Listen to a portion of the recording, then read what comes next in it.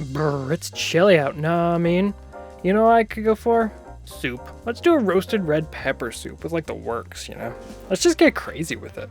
We got some new neighbors here in Gunderson Valley who just moved into the Gothic mansion down the street, so I want to bring them a little bit of this as a welcome to the neighborhood thing. I know, I'm a peach. So preheat that oven to 450 degrees Fahrenheit and get to the chopping. 3 to 4 red peppers, divided in twain.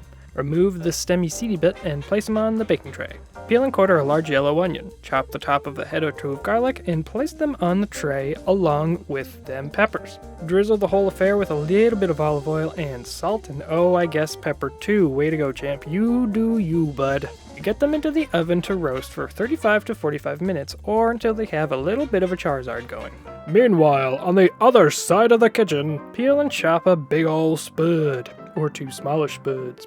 Place them in a bowl with some water to chill out and prevent heavy coloring and set aside. Okay, time to get all our roasty toasties into the heavy pot or Dutch oven along with the aforementioned spuds.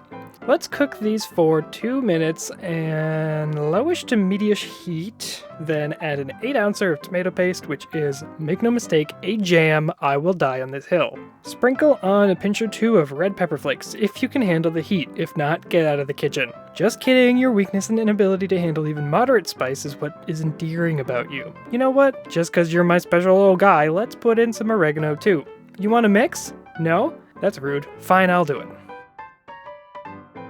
After a minute or two, we're adding a cup or so of white wine and chicken or vegetable stock, about a quart. As always, get a wine you a drink, because you're not going to use all of it for cooking, so you're going to want to drink it. If you're underage, ask a parent to drink the wine for you. I imagine they won't protest too much, especially after what you did at the soccer game. Give it a stir and add a little more either water or stock depending on your innermost thoughts and secrets. Now we turn up the heat like I had to back in my previous life as a rogue Miami beat cop on a quest for revenge.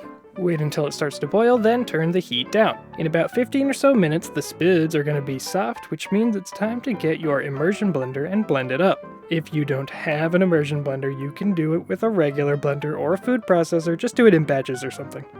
Back on low heat now for about 2 hours, stirring occasionally to keep things moving and, dare I say, grooving. Now this bit's optional, but you can, if you want, add a wedge of Parmesan cheese, not like a whole wedge, like a small piece of it, which I can't remember when I did it, but it was before I blended it, probably? Anyway, that's optional. So is throwing a 1/4 cup of cream in the last 20 minutes of cooking. I just think it's nice. Salt and pepper to taste and serve in your fanciest, widest mouth plates of all list. With a sprinkle of that cheese and a dash of parsley on top for the old razzle-dazz, your new extremely pale and introverted neighbors who you don't see much because they work the night shift are sure to live the soup and the super neighbor you are. I crack myself up. Hey, what kind of thing do you want me to make? Leave a comment, please, and thank you.